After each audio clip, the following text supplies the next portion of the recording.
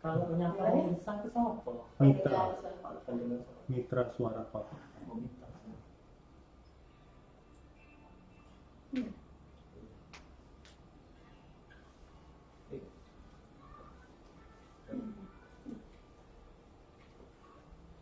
Assalamualaikum warahmatullahi wabarakatuh. Selamat malam Mitra Suara Kota. Apa kabar untuk malam hari ini? Kembali gabung dalam program Bincang Suka-Suka ya. Seperti biasa dari jam 7 malam sampai nanti jam 8 malam. Nah, masih dengan seputar kisah inspirasi, edukasi, dan bahkan juga religi. Nah, Mitra Suara Kota, malam hari ini tamu istimewa saya ada saya panggilnya Pak, tapi kok ya masih single gitu ya, jadi kayaknya nggak pas kalau saya panggil Pak ini. Mas Haji Yopi Junaidillah. Oke, selamat malam Mas Yopi. Selamat malam, Mbak.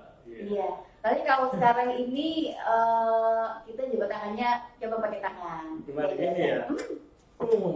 Gitu. Ini normal nih. Tapi jarak kita udah semeter nih ya. Iya.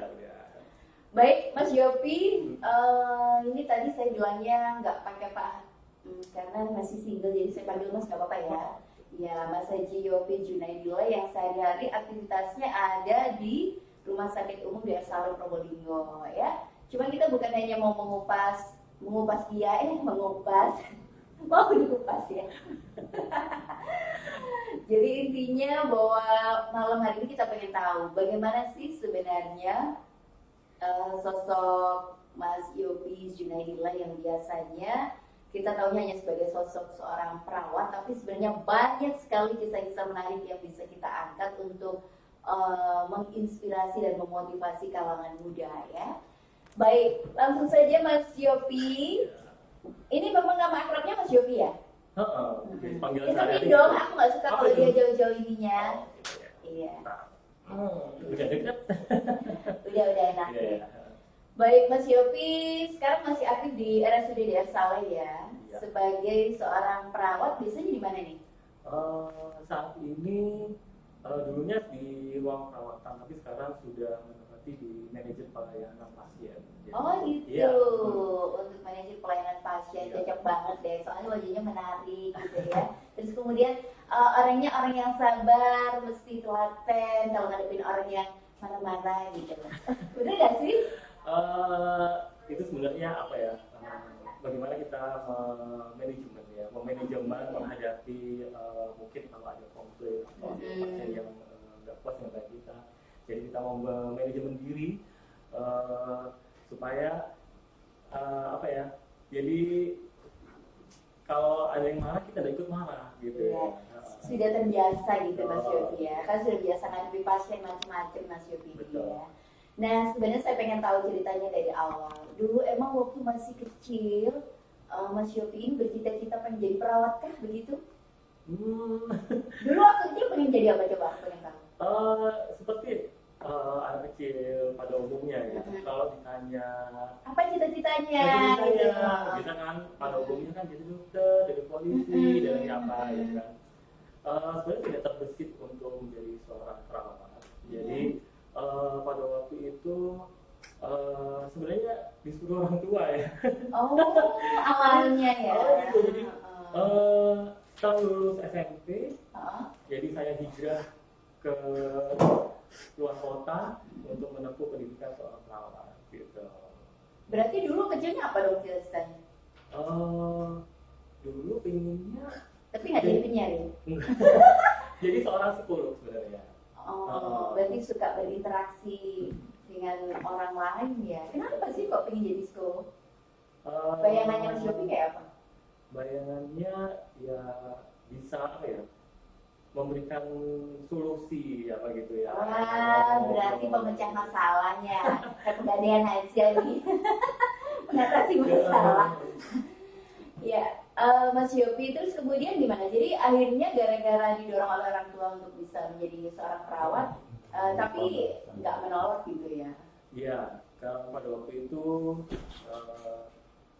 setelah lulus SMP, hijrah ke Probolinggo ke kota lain untuk menjadi perawat. Kemudian inilah Mbak Yuli, jadi kalau orang tua memberikan restu ya, sama ibu ya. Sama ibu ya, ibu. Jadi yang menyuruh itu memang pada waktu ibu untuk menjadi seorang perawat. perawat, dan pada waktu itu saya tidak tahu apa sih sekolah anak perawat. Bagaimana? Tak terbayangkan. Tak terbayangkan. Kalau zaman dulu kan datang rumah sakit aja takut ya, gemeter, ayo kayak gitu. Oh, berarti dulu sama ya, Mas Yupi kayak gitu ya? Iya. Gak nyangka juga berarti bakal Gak kayak nyangka juga gitu. Nah, pada waktu itu saya nurut aja, jadi yang restu orang tua atau sama ibu itu yang memberikan motivasi buat Mas motivasi, Yupi ya. sehingga semua perjalanan kan masuk itu dites dulu toh, dites dari Tahun berapa itu? Dulu lama, tahun 90 apa ya, 97 atau 98, bukan 91. 91. Udah lain belum? Oh, udah. Belum ya. Udah. Ya, jadi dari masuk itu nggak gampang, jadi kita tes tulis dulu, kemudian tes kesehatan, semua tes semua, termasuk tinggi badan, semuanya. Dan alhamdulillah pada waktu itu diberi kelancaran ya, sampai lulus selama 3 tahun, jadi 3 tahun. Di mana tuh sekolahnya? Di Lumajang pada waktu itu. Waktu itu ya. Tahun 91, aduh berapa puluh tahun. Sekarang udah 2020 Iya. kan. Puluhan tahun yang lalu ya. Iya. Hanya saja wajahnya memang awet muda beliau ini ya.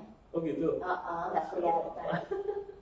Terus kemudian setelah lulus dari sana, sudah terpikirkan bakal dinas di mana gitu sebelumnya? Nah, ini juga setelah lulus dari sekolah perawat dulu itu ada namanya SPK dulu. Apa itu? Sekolah Perawat Kesehatan. Nah, pada waktu itu. Kemudian lulus di sana saya kerja di Rumah Sakit Dr. Saleh. Langsung, jadi pada waktu itu lulus. Karena memang mungkin pas lagi butuh tenaga kesehatan juga kali ya? Mungkin, jadi pada waktu itu tidak ada orang tenaga konsul pada itu tidak ada. Jadi saya langsung masuk ke sana, diterima tahun 97, 98 dari itu. Nah, aku juga udah kerja di penyiar tuh 98. Oh iya? Iya. Wah, berarti kita Mas Yopi 97 98 udah jadi tenaga kesehatan di RSUD Dr. Saleh. Iya, betul. Saya juga tahun itu sudah jadi penyiar. Oh iya? Wah, berkembang sekali dia ya. Senior ya. Ketua di sini. Nah, terus kemudian pada tahun itu begitu langsung diterima, tapi statusnya masih belum PNS atau apa begitu? Iya, belum. Jadi ya udah jadi tenaga kesehatan aja. Betul. Nah, kemudian sudah nyampe ke Probolinggo, saya sekolah di. Tapi nggak sebagus kayak sekarang ya posisi rumah sakitnya? Memang Nggak selengkap sekarang? Iya, pada waktu memang rumah sakit itu masih tipe C. Masih sekarang kan sudah mau menuju proses tipe B kan, mau proses ini. Kemudian pada waktu itu masuk di sana, nah terpikir, nah teman-teman SMA aku mana semua nih gitu kan. Lagi kangen sama teman-teman lama. Karena kan ditinggal 3 tahun keluar kota, kemudian masuk ke Probolinggo, teman-teman SMA aku di mana? Teman-teman SMP itu. Berarti dulu SMP-nya di mana nih Mas Yopi? SD-nya di mana SD-nya? Saya di Sukabumi 3. Sukabumi 3. Sekarang ngelebur ya. Di Sukabumi 2 ya. Kemudian iya benar ya. Kemudian di SMP 5 tuh. Oh masih ada lah. SMP 5 ya. Dunia SMP 5 terus? Iya, alumni SMP 5. Kemudian ke SMA saya di Lumajang itu, sekolah perawat kesehatan itu langsung kerja. Nah, pada waktu masuk ke Probolinggo nggak ada teman kan, wah semua nih. Nah, kerja pulang ke rumah nggak ada aktivitas kan, nggak ada aktivitas, akhirnya apa nih ya lagi ya? Akhirnya saya masuk di ini. Di Fakultas Hukum. Oh, pantesan. Tapi kok bisa ya? Titelnya SH. Padahal kerja di rumah sakit. Dia ngurusin hukum atau gimana? Oh, ternyata gara-gara kesepian itu nggak punya teman, akhirnya kuliah lagi. Iya, betul. Kok ambilnya jurusan sarjana hukum itu gimana? Nah, pada waktu itu saya mau masuk ke kedokteran pada waktu itu. Saya sudah izin ke orang tua, saya masuk di kedokteran. Kemudian memang orang tua nggak mampu kali ya untuk nyekolahin seorang dokter. Ya udah deh, saya cari yang di dalam kota, tapi tetap masih bekerja. Iya, gitu. pakai biaya sendiri sih ya, nggak ngelibatin ortu gitu ya. Jadi saya masuk di ini Fakultas Hukum di Payawarga sini kan. Nah, selama 4 tahun. Nah, dari kuliah itu saya sudah banyak teman.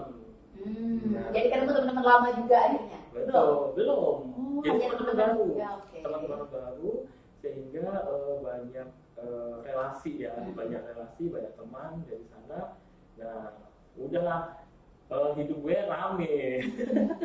Jadi sebenarnya motivasi kuliah awal itu gara-gara butuh temen ya. Asem deh. Itu rahasia. Terus Nah, kemudian tapi bener loh, segala sesuatunya kalau kita lakukan tidak ada tekanan, enjoy ya. enjoy, segala sesuatunya dilakukan dengan apa ya, gak ada beban ya. Dan alhamdulillah pada waktu itu saya lulusan terbaik di Fakultas Hukum pada waktu itu. Iya, ini kira-kira masih ingat enggak ya urusan hukum sama suntik menyuntik ini sambungannya soalnya jauh. Sebenarnya bukan jauh ya. Jadi gini, kita saya perawat ya. Perawat sebenarnya tidak jauh dari masalah hukum sebenarnya. Ada agak sambungannya juga ya. Ada sambungannya juga sebenarnya. Jadi kita bisa membentengi diri ya. Jadi saya bisa melek hukum gitu loh. Jadi melaksanakan segala sesuatunya nggak sembarangan. Gitu. Ya, Iya. yang pasti tetap ada manfaatnya karena itu adalah sisi yang positif ya Mas Yofi ya. Ya. Terus kemudian dilanjutkan ini sampai belakangnya ada detail yang lain-lain gimana? Nah, itu banyak cerita. Memang kita mau cerita. Ya, kalau gitu ya, mau cerita ya. Jadi lulus 2004 kemudian, nah karena saya seorang perawat, jadi tiap tahun itu ada jenjang profesi, ya jenjang profesi. Untuk pendidikan SDM gitu. Iya, jadi STK itu kan mau dihapus tuh, jadi harus D3. D3 perawatan. Akhirnya sekolah lagi. gitu. Kuliah lagi di mana? Di Akbar Sutomo pada waktu itu. Nah, Tuntutan kalau yang ini ya? iya, jadi tuntutan dari profesi. Ya. Jadi saya tetap kerja sama kuliah, tetap gitu. Kemudian lulus 2005. Jadi 2004 saya lulus Sarjana hukum. 2005 lulus Keperawatan. di tiganya itu. Udah, ya alhamdulillah diterima PNS. Oke, langsung ada ini ya, ada tes CPNS ngikut. Akhirnya katut juga. Aduh, ini doa ibu maju beneran ya. Betul. Jadi kayaknya kalau saya melihat itu memang Mas Yofi cinta banget sama ibundanya ini ya. Betul. Jadi pokoknya segala sesuatu apa yang kita lakukan kalau ada restu dari orang tua, insya Allah itu semua. Oke. Nah dalam perjalanannya Mas Yofi masih statusnya sebagai PNS kemudian sebagai seorang perawat. Nah ini akhirnya sampai bisa ikut tes untuk menjadi pendamping jamaah haji di tenaga medis itu gimana ceritanya? Ini kan juga bisa.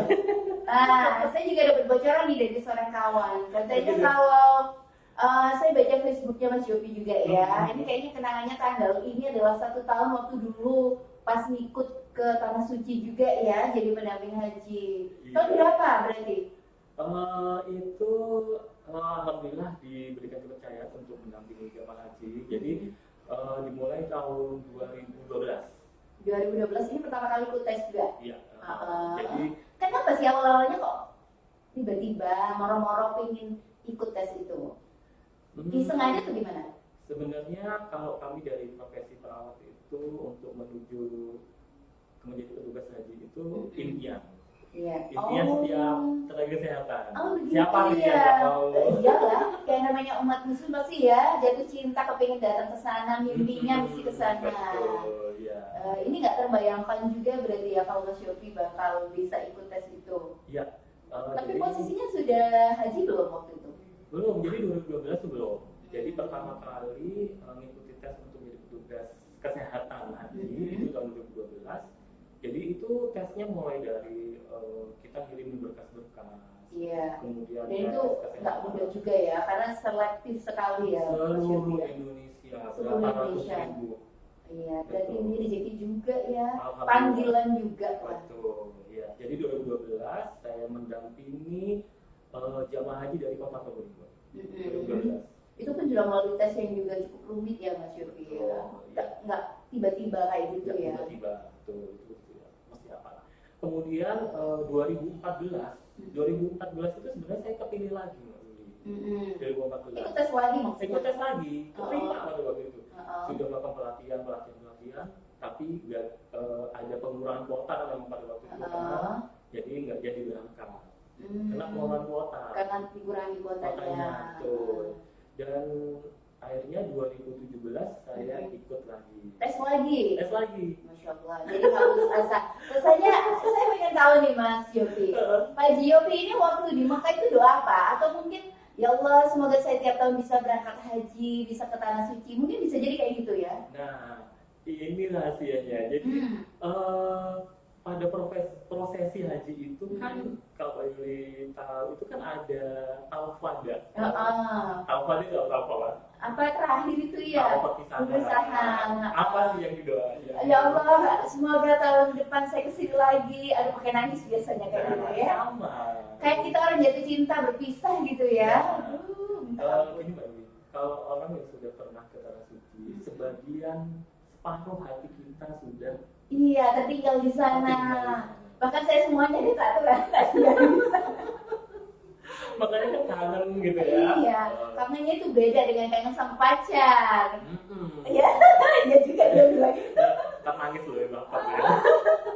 Tapi emang beneran ya, akhirnya di Mas Yopi ini mesti di tiap kali tawaf wada ini mesti berdoa seperti itu. Iya, ya bagaimanapun kepingin kembali gitu.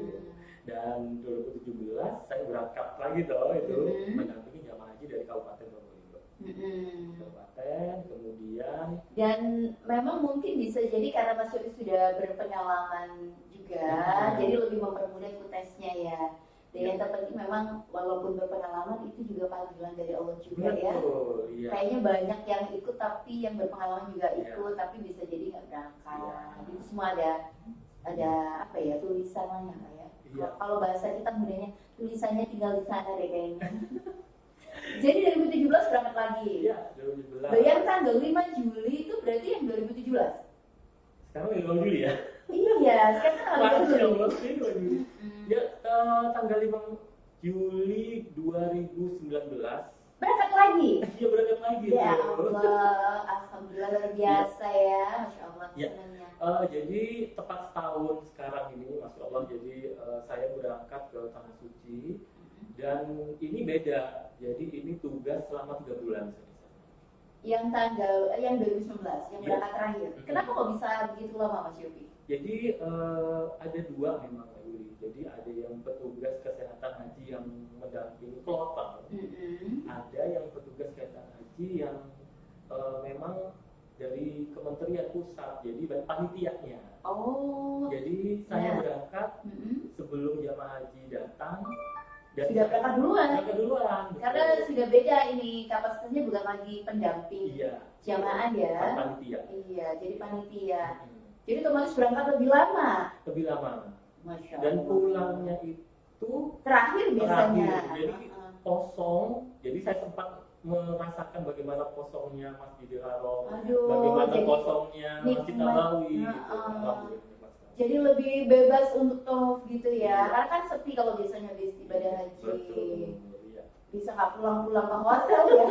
Karena kan nggak punya tanggungan ini lagi ya, memantau jamaah haji sudah pada balik ke Indonesia. Itu mungkin sesuatu yang sangat berkesan ya Mas Yopi ya. Karena pasti berbeda. 3 bulan bayangkan, Masya Allah. Untung saya masih ingin pulang. Biasanya kalau kelamaan di tanah suci itu udah pulang. Betul. Ya. Jadi petugas kesehatan haji yang PPIH, PPIH ya, panitia itu dibagi dua gitu. Ada yang di Madinah, ada yang di Mekah. Ya, kebetulan saya alhamdulillah ditempatkan di Madinah. Jadi saya selama 3 bulan juga di Madinah. Aduh, balik-balik berkunjung ke makam Rasul ya. Masya Allah, balik-balik ke ini Raudhah. Begitu. Kan nggak disel-diselan, soalnya kan sepi. Ya Allah, nikmatnya. Saya bayangin, rasanya gimana ya. Tapi kita tugas utamanya adalah kita bertugas. Tetap bertugas, cuman karena lebih ringannya karena pada jamaah haji sudah balik ke Indonesia waktu itu ya. Jadi tugas Mas Yopi lebih ringan kan. Berbeda kalau pas lagi jamaahnya masih posisi berada di tanah suci, karena kan tugasnya jauh lebih berat ya. Jadi ketika selesai itu dipuas-puasin gitu ya. Tapi nomor satu kita adalah bertugas, ya bukan ibadah. Tapi kalau ibadah kan bukan sholat aja Bang. Iya betul. Segala sesuatu yang di sana itu rasanya bernilai ibadah Mas Yopi. Dan itu berbeda nilainya, plus-plusnya luar biasa, puluhan ribu kali lipat. Jadi pantesan Mas Yopi nggak pulang-pulang gitu ya. Iya, ya gitu lah. Tapi memang kalau urusan tugas yang di rumah sakit ya, Saleh tidak ada masalah ya, artinya sudah dapat rekomendasi Oh iya, gitu. betul. Itu sudah ada izin dan semuanya sudah dilewatin. Dan memang siapapun punya kesempatan yang sama ya. Yaitu tadi tergantung sudah panggilan dari Allah siapa gitu Iya, aja. dan yang terpenting adalah mendaftar. Iya, itu sebagian dari ikhtiar dong. Iya, betul. Kalau berangan-angan aja nggak daftar sama juga bohong kan, berarti nggak ada niatan untuk bergerak melakukan sesuatu ya Mas Iya. Yofi ya. Nah terus kesannya selama, berarti yang paling berkesan adalah yang di tahun 2019 kemarin ya, karena lebih lama Mas Yofi di sana. Sebenarnya setiap bertugas, siapapun yang pernah menjadi petugas haji ataupun sebagai jamaah haji pasti ada Beda-beda kesan-kesan, ya. betul. Ada Tiap tahun kesan. pasti beda kesannya ya. Iya. Kalau kita berkunjung ya, Ah, teman yang mungkin ibadah haji, kemudian atau teman melakukan ibadah umroh itu, kalau Pasti kita punya cerita ya. betul, dan ceritanya nggak akan habis dan pasti berbeda-beda. Iya kan? Dan Bener dia- nggak sih? Iya, dan rata-rata saya melihatnya mereka bercerita dengan berbunga-bunga bahagia gitu ya. Iya, betul. Bersinar bahagia, rata-rata saya tahunya begitu. Nggak tahu kalau yang datang dari sana langsung sumpah itu nggak tahu juga. Saya belum pernah dengar. Rata-rata yang teman-teman kita biasanya cerita itu bahagia, senang. Aduh, beda sana lagi bisa rata gitu Iya, ya. betul. Dan setiap petugas itu ada cerita ya, ada cerita yang Apa yang paling berkesan kalau dari Mas Yofi? kalau dari 2012 itu inti yang saya dapat ya, yang saya dapat itu bahwa melakukan suatu ibadah itu jangan pakai emosi. Oh. Tahu nggak maksudnya? Iya, karena kan ada yang maksa pengen cium Hajar Aswad kayak Nah, gitu, akhirnya betul. melawan arus. Betul, sampai kita sampai jatuh apa gitu kan. Karena apa ya, mengikuti ini ya, apa namanya ya, emosi itu tadi ya. Iya, Apa ya, ambisi ya kan? Ambisi apa emosi sih? Apa itu dia? Keinginan yang menggebu-gebu itu loh Mas Yofi. Iya. Mungkin yang tidak dibarengi dengan kesabaran dan mengikuti aturan ya. Itu. Dan seperti Mbak kan tahu sendiri kalau kita masuk Ramadan itu kan gimana? Aduh pasti deh kejepit-jepit Gitu ya, kan. kita harus melindungi. Padahal kita biasa kalau lihat sepupu kesian kita kasih jatah dulu biasanya bagi yang sepuh gitu ya Mas Yofi ya. Nah, itulah ibadahnya. Oh jadi nilainya bisa berbeda Iya, ya. betul. Kalau kita memberikan kemudahan pada orang lain, nanti insya Allah kita juga akan diberikan kemudahan. Iya. Gitu kan? Itu salah satu poin yang dipetik dari 2012. pelaksanaan di 2012. Kemudian Karena memang ada kejadian apa gitu? pada waktu itu memang baru pertama kali ya. Jadi kaget juga ya. Aduh pingin Saking semangatnya. gitu begitu ya. Nah, ini jadi pelajaran ya, jadi pelajaran dan ingat kita itu saat itu bertugas. Itu. Jadi jangan kesampingkan jamaah haji yang kita bawa itu. Iya, nomor satu tetap ini tugas. Betul. Nah, kemudian 2017 pelajaran yang dari 2012 saya angkat ke 2017. Hikmah juga ya. Hikmah juga dan Lebih sabar akhirnya Mas Yofi. iya lebih sabar. Jadi dalam arti apa ya? Utama adalah jamaah haji. Utama itu. Kemudian kalau kita mau ke masjid apa, kalau sudah aman oke lah, gitu ya. Karena kan itu juga bagian dari kewajiban dan amanah ya, Betul. jalankan tugas itu. Iya. Tapi dalam beberapa kali mendampingi jamaah haji itu Mas Yofi ada kejadian nggak nih sampai yang sakit sampai yang parah harus bagaimana gitu belum pernah? Itu banyak ceritanya di 2019. Oh justru yang di terakhir kemarin, tahun kemarin. Iya. Tapi yang 2017 itu ada hikmah yang bisa dipetik ya. Bisa hikmah yang dipetik itu adalah kita apa ya, bersyukur. Ya, bersyukur. Bagaimana kalau Ayu bersyukur itu bagaimana sih? Ya banyak apa ya, kalau bersyukur kan melakukan sesuatu yang lebih manfaat buat orang lain itu bagi saya juga bersyukur. Jadi sebagai ungkapan rasa terima kasih ya Allah, saya sudah dapat ide ini maka saya harus melakukan yang lebih baik buat mereka. Iya. Itu kan bentuk rasa syukur juga. Betul, Mbak Yuli pintar juga ya. Iya, jadi kan untuk bersyukur, kita mensyukuri nikmat yang telah diberikan sama Allah, ya kan? Kita sholat dengan khusyuk aja itu sudah nikmat yang apa yang menurut saya nikmat yang paling besar gitu ya. Nggak bisa diungkapkan ya. Bisa diungkap. Kita sholat khusyuk aja gitu. Nah kemudian kita kalau bersyukur itu ya seperti Mbak Yuli bilang, bagaimana cara apa ya mengaplikasikan bersyukur itu, bukan karena alhamdulillah udah gitu aja, enggak kan, tapi apa yang membantu yang lain juga untuk bisa melakukan. betul, apalagi kondisi sekarang ini kan kondisi pandemi COVID-19 ini kan, kalau ada yang lebih, bagaimana cara mengungkapkan rasa syukur kita pada Allah, ya saling membantu. Iya, dia hanya sekedar pacapa doang ya. Iya. Berarti artinya pada masa itu, Mas Yopi sendiri lebih banyak fokus membantu jamaah ya. Iya, itu. Ada yang pernah kejadian sampai ini nggak, apa namanya, sakit yang parah atau ada kejadian apa gitu nggak? Iya, itu alhamdulillah pada waktu itu dilancarkan semuanya. 2019 ini adalah tugas yang terberat. Ujian ya, ada ujian. Bukan masalah ujian gitu ya Mbak Yuli, ya, karena yang 2019 itu kan panitia kesehatan. Oh iya, jadi 3 bulan. Jadi saya ekstra ya Mas Yopi. Jadi saya menangani insya Allah 112 kloter. 112 kloter, padahal satu kloternya berapa? 450. Iya, Masya Allah, banyaknya.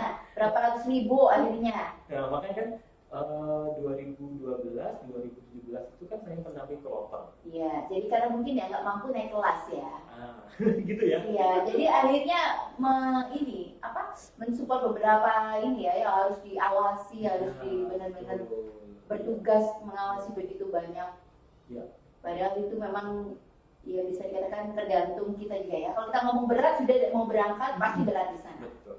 Tapi begitu insya Allah bisa, pasti bisa ya Mas. Bisa, ya. Kalau kita tersugesti berat, ya berat hukum. Iya, berat beneran. Dan memang nggak bisa ya kalau kita dari mau awal berangkat sudah bayangannya yang buruk-buruk, pasti sananya buruk beneran. Percaya. Iya, percaya banget. Percaya banget. Percaya banget. Dan 2019 itu saya membawahi insya Allah sekitar 112 kloter, dan itu memang banyak jemaah haji yang lansia. Ya, ini juga butuh tenaga ekstra juga nih Mas Yopi ya. Karena kondisi cuaca di sana juga beda dengan di sini. Beda. Jadi cuaca, kemudian suasana, semuanya berbeda dengan di sana. Jadi nggak pernah merasa ke sana. Iya. Benar nggak sih? Iya, insya Allah. Ya, itu berbeda sekali suhu, keadaan, cuaca, semuanya berbeda. Nah, bagaimana tugas haji ini membawa jamaah haji tetap sehat? Ya kan? Dia sendiri juga harus sehat dulu dong. Betul, harus sehat ya. Dan di sana banyak kejadian-kejadian ya, aduh masya Allah. Ada yang membuat saya nangis. Pada waktu itu pas puncak haji kan, puncak haji itu kita berada di Arafah. Jadi di Arafah dengan suhu panas ya, kemudian ada di tenda. Tapi sekarang itu tenda sudah bagus lagi. Jadi 2012 itu tendanya masih tidak ada kipas angin. Tapi sekarang di Arafah itu sudah bagus. Jadi tendanya sudah kokoh, kemudian ada AC, kemudian ada kipas angin yang berisi air itu apa ya? Jadi sudah lebih dingin. Jadi pemerintah Arab Saudi itu memang sudah mempersiapkan dari tahun ke tahun berbeda. Betul, dari tahun ke tahun lebih baik dan tambah baik. Dan kejadian pada waktu itu membuat saya menangis banget. Padahal saya jarang nangis. Iya, kelihatan ya. Gitu ya. Ketawa soalnya. Ketawa. Nah, pada waktu itu kita wukuf. Kalau pada waktu wukuf kan masuk di tendanya masing-masing kan. Ada prosesi itu, ada kita menggunakan khotbah wukuf.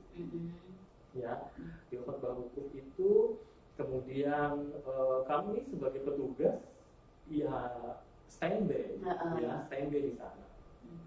Kemudian ada seorang nenek-nenek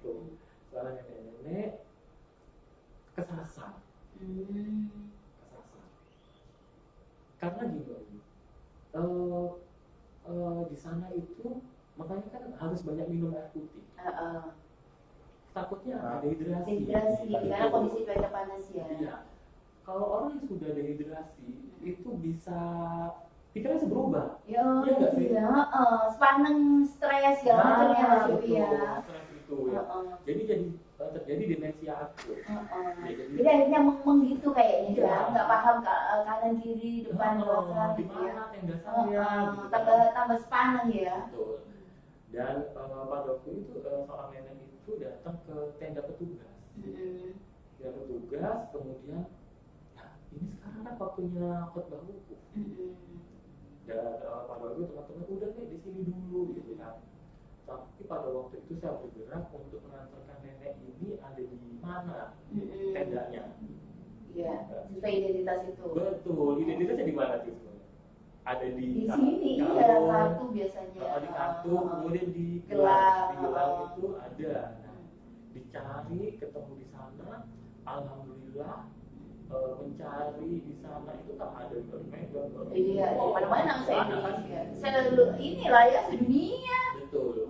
Alhamdulillah dengan jalan terus lihat dari peta gitu kan.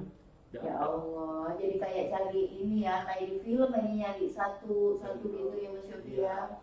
Di kondisi cuaca yang berbeda. Betul. Dan alhamdulillah ketemu. Kuat juga nenek ini jalan Mas Yopi. Kuat. Jadi masya Allah. Jadi orang-orang yang yang ada lansia itu jangan kira nanti gimana, tidak bisa kuat.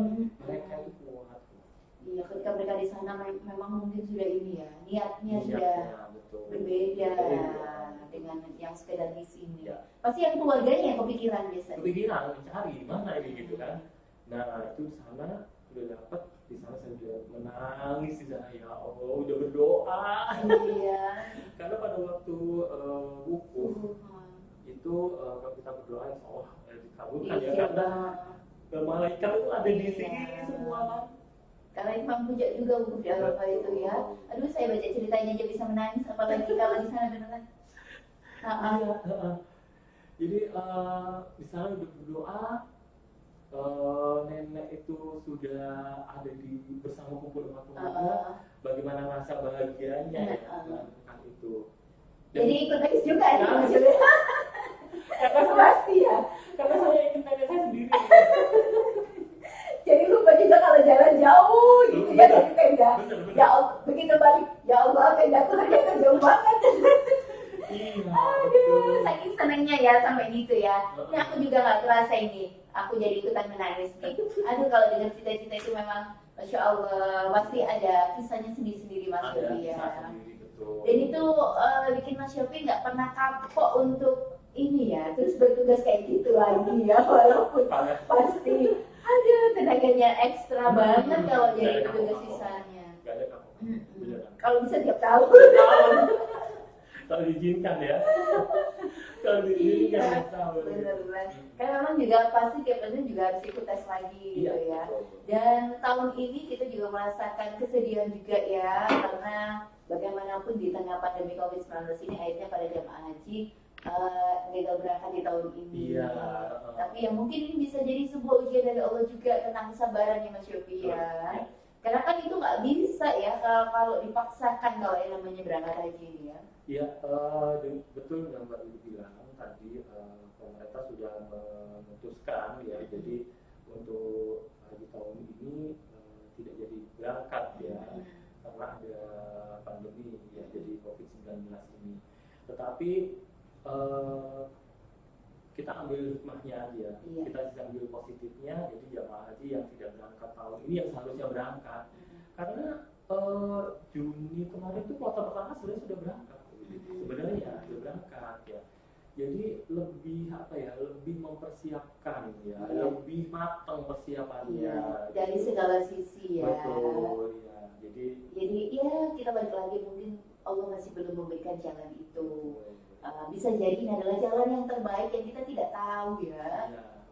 Tapi informasi terakhir itu pemerintah Arab Saudi hanya membuka ibadah haji tetap ada, tapi hanya intern di negaranya ya.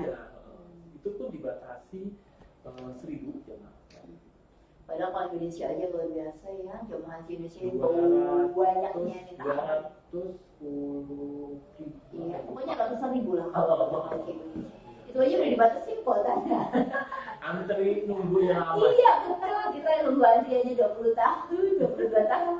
Ya, semua saja masih diberi barakausi, jadi masih bisa berangkat gitu ya Mas Iya, Yofi. betul. Jadi memang sebuah kisah yang menginspirasi kita bahwa ternyata banyak jalan sebenarnya ya untuk bisa berangkat ke tanah suci itu dari sisi yang lain. Nah, contohnya Mas Yofi ini ternyata gara-gara jadi seorang perawan, Betul. jadi jalan itulah yang buat Mas Yofi jadi berangkat bolak-balik ke tanah suci ya. Jadi malah terpikir saya nulis buku nih, pengen nulis buku. Iya benar, bagus dong. Jadi kisahnya ini benar bisa dibukukan dan apa ya, kisah-kisah menarik yang sebenarnya juga banyak sekali yang kadang nggak bisa diceritain. Ya, jadi gini, intinya pengen nulis buku itu gini, profesi perawat membawa saya ke tanah suci, gitu kan? Gitu. Kok sama sih gambarannya? Oh sama ya? Memang kita sehati kok. Kita ngobrol ini ternyata sudah 45 menit ya, nggak terasa. Oh iya? Iya. Masih Kayak masih 2 menit. Oke, baik. Itu kalau disambungkan Mas Yofi ya. Mas Yofi kan selama ini lebih banyak berkecimpung menolong pasien, kan berarti merawat pasien dengan penuh ketelatenan dan kesabaran. Itu kan sebuah apa ya, tangga juga untuk Mas Yofi berangkat ke tanah suci sebenarnya. Itu kan bisa jadi kalau bahasa kita bilangnya tandurane ku iku saja nih. Iya. Kita baik sama orang, kemudian juga melayani pasien itu kan butuh ketelatenan yang luar biasa. Karena setahu saya Mas Yofi ini memang sabar banget kalau sama pasien. Gitu kan?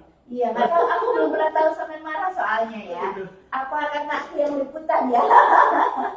Tapi nggak deh, kelihatan orang yang mudah marah dan tidak. Iya. Nah, sepanjang Mas Yofi menjadi sosok perawat, apa sih yang membuat Mas Yofi ini ya berkesan? Terutama kalau misalnya, pernah nggak sih meladeni perawat yang ternyata meladeni pasien yang ternyata ujung-ujungnya meninggal kayak gitu? Pasti kan itu juga ada cerita sendiri. Begitu ya? Saya jadi perawat itu sudah berapa tahun ya? Iya, aku ini kan dia aja nggak gitu, apalagi aku mana tahu. 20 tahunan kali ya. Jadi apa ya? Seperti yang saya bilang tadi adalah jadi seorang perawat itu kita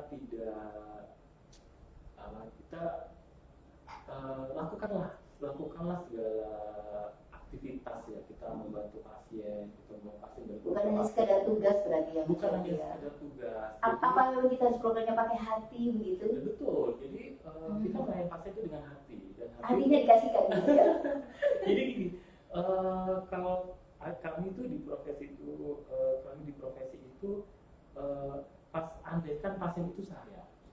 Dibayangkan kepada dirinya sendiri. Betul. Iya kan, andaikan pasien itu saya. Kalau saya digituin bagaimana? Iya kan?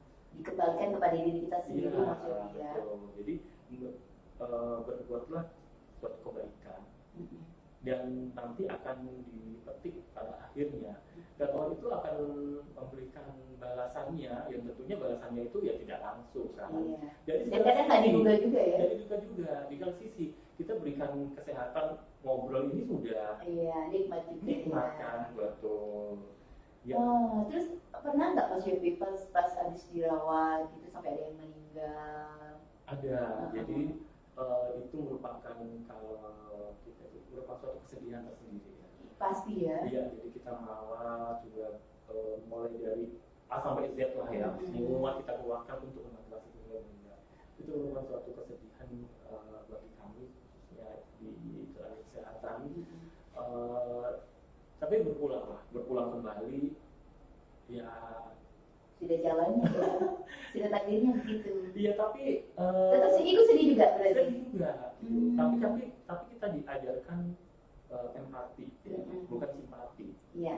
Ya, jadi kita empati. Jadi kita merasakan kesedihan dari keluarga pasien yang kita harus ikut. Jadi tidak mungkin kita merawat pasien dengan ketawa-ketawa apa gitu. Iya. dan itu ya secara otomatis ya karena kan sudah pelayanannya sudah pakai hati kembali pada diri kita, pasti juga ikut merasa sedih kalau gitu. Terus kemudian nih Mas Yofi, bagaimana dengan rumor yang sekarang ini juga banyak beredar di media sosial itu melihat bukan hanya dari sisi positif seorang perawat, bisa jadi seorang perawat yang dinilai dengan sisi negatifnya, entah itu karena pelayanannya yang kurang bagus, bentak-bentak, terus kemudian tidak cepat tanggap kepada pasien. Kalau Mas Yofi sendiri menyikapi hal itu bagaimana? Agar yang sisi negatif yang seperti ini bisa terhapus. Ya, kembali lagi ya, memang masing-masing individu berbeda ya? Bukan, perawat juga manusia. Oh iya. Ya, maksud saya apakah memang pernah seperti itu ya dalam satu teman gitu, terus melihat ada temennya yang sampai marah-marah itu pernah juga pasti ya. Kembali itu perawat juga manusia, mungkin ya dalam kondisi yang sibuk gitu ya kita menangani ini, kemudian ada pasien datang ya, jadi ini belum selesai melayani, terus ada lagi. Nah dari sisi itu mungkin kembali lagi manajemen emosi ya, itu yang harus bagus gitu. Karena kadang kan pasien itu merasa wah itu dilayani aku enggak, padahal dari perawat sendiri sudah mengetahui mana yang prioritas dan yang tidak ya Mas Yofi. Mungkin kadang-kadang ini yang tidak diketahui oleh orang biasa lah, warga atau pasien atau keluarga pasien. Kalau pasiennya nggak mau tahu, mungkin bisa jadi keluarga pasien yang marah-marah ya. Iya. Tapi namanya kita bekerja di pelayanan itu ini minta yang terbaik ya. Tapi kami di perawat ya terus meningkatkan performa kami gitu. Tidak tinggal diem gitu. Jadi kalau ada keluhan, terus gimana Mas Yofi? Kadang kan namanya juga manusia, manajemen emosi itu tadi ya. Kalau udah datang aja banyak masalah di rumahnya, udah lumsek semua, gimana mau melayani kan? Kadang seperti itu ya. Berarti kelihatan dari wajahnya. Oh, kalau lihat Mas Yofi aja, pasiennya udah kayak sehat. Aduh, seger, ganteng gitu ya. Nah, ini pasti terus melayaninya pakai senyum, udah nggak sakit semuanya, udah rasanya kayak hilang katanya begitu. Beda kalau lihat sudah wajahnya sumpah gitu ya, udah kalau bahasa kita Bolivia tuh pura itu bahasa apa ya? Jadi kayaknya habis itu nggak ada senyumnya, nggak ada, aduh rasanya kok tambah sakit semua, kayaknya gitu ya Mas Yofi ya.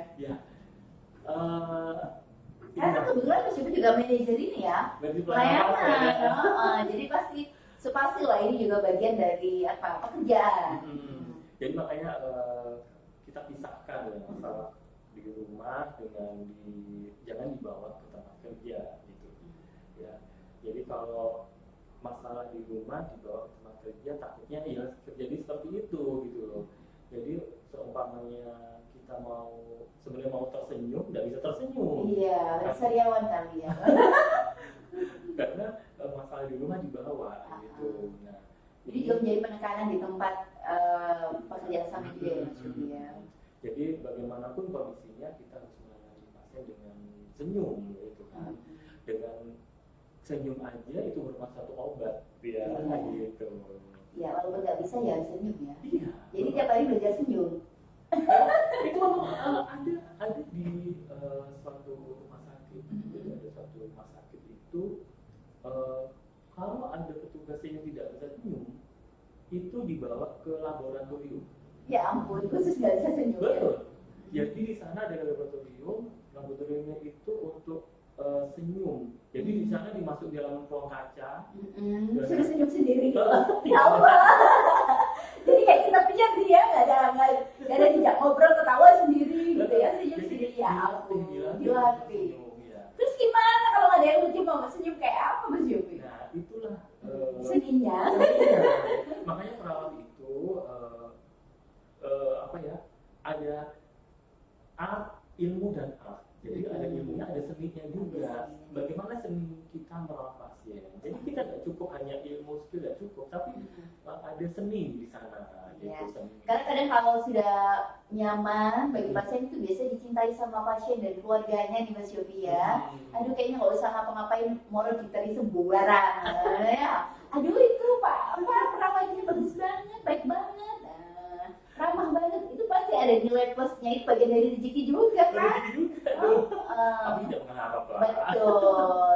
Kan sekarang udah nggak musim, cuman kita itu ucapan terima kasih saja pelayanannya bagus itu sudah bahagia kan Mas Yopi ya. Akhirnya bagian dari cerita ya, dari awal ternyata kepingin jadi psikolog, aja jadi perawat, terus menjadi petugas haji 3 kali berturut-turut, terus kemudian sebenarnya kisah tentang bagaimana merawat pasien dan memberikan pelayanan yang terbaik bagi mereka ya. Ya, kalau Mas Yopi sendiri sebagai closing dari kisah pada malam hari ini tentang kisah inspirasi, kemudian juga memberikan edukasi dan motivasi buat kalangan muda juga, bahwa apapun sebenarnya jadi mimpi kita itu sebenarnya bisa dicapai, yang terpenting ada gerakan nyata yang dilakukan ya. Baru kemudian selain ikhtiar yang pasti memang berdoa lah supaya itu Mas Yopi ya. Dan saya mengambil hikmah dari kisahnya Mas Yopi tadi, kayaknya nomor 1 teruslah berbuat kebaikan, kemudian kepada orang tua juga ya, menghormati dan patuh dan mencintai, terutama pada ibu. Berarti Mas Yopi nggak pernah marah-marah sama ibundanya nih? Kalau inilah, kalau menghadapi orang tua atau bapak ibu, saya lebih baik diam. Jadi sudah masuk kanan kuping ini ya sudah didengerin gitu aja ya. Daripada kita membantah, kan dosa. Iya, apalagi biasanya tambah marah ibu itu. Mama kan gitu. Gitu ya. Jadi kalau mama seorang ibu itu ngomel gitu ya, udah lebih baik masuk kamar aja deh. Itu salah satu hindari daripada dosa. Daripada dosa, iya, oh iya. Iya. Kalau dosa besar dong dari orang tua atau ibu. Iya, berarti itu beberapa poin pentingnya. Ya, semoga saja Mas Yopi semakin hari semakin banyak berikan kebaikan dan pelayanan kepada masyarakat Kota Probolinggo khususnya. Sebenarnya kalau di rumah sakit umum biasa itu bukan hanya Kota Probolinggo, banyak sekali tapi yang jelas banyak hal positif yang lebih banyak Mas Yopi rasakan dan lebih mengesampingkan sisi negatif ya Mas Yopi ya, supaya semuanya juga berjalan positif sesuai dengan harapan ya. Oke deh, sebagai closing silakan ngomong sendiri. Kalau tadi aku yang ngomong. Gitu ya. Sebagai closing yang saya tekankan adalah kalau kita mau berbuat baik, jangan ditunda. Jangan ditunda, langsung. Iya, kalau ditunda, kalau ada terjadi hal sesuatu, pasti kita nanti menyesal ya. Betul. Kasta, nyiru mulu lah, gitu ya. Iya kan, betul. Jadi kita berbuat baik, segeralah. Apapun itu. Gitu. Ya, segala niat baik kita segera lakukan, realisasikan ya. Baik, terima kasih Mas Yopi ya pada malam hari ini sebagai narasumber kami di Radio Suara Kota Probolinggo FM, dan yang menyimak baik itu lewat Facebook Radio Suara Kota, lewat Instagram saya sendiri, atau bahkan juga yang sudah mendengarkan lewat Radio Suara Kota Probolinggo FM secara streaming juga. Semoga ini juga bisa menginspirasi siapapun dan kita bisa mengambil hikmah dari setiap kisah yang disampaikan. Jangan pernah lewatkan acara Bincang Suka-Suka ya, setiap hari Minggu jam 7 malam sampai jam 8 malam. Sekaligus saya Yudi Suara Kota dan Mas Haji Yopi Junaidillah, terima kasih kehadirannya. Kita akan bertemu minggu depan di program siar yang sama dengan narasumber yang berbeda, dan saya masih akan melanjutkan di program malam hari ini dengan beberapa komposisi baru sampai nanti di jam 9 malam.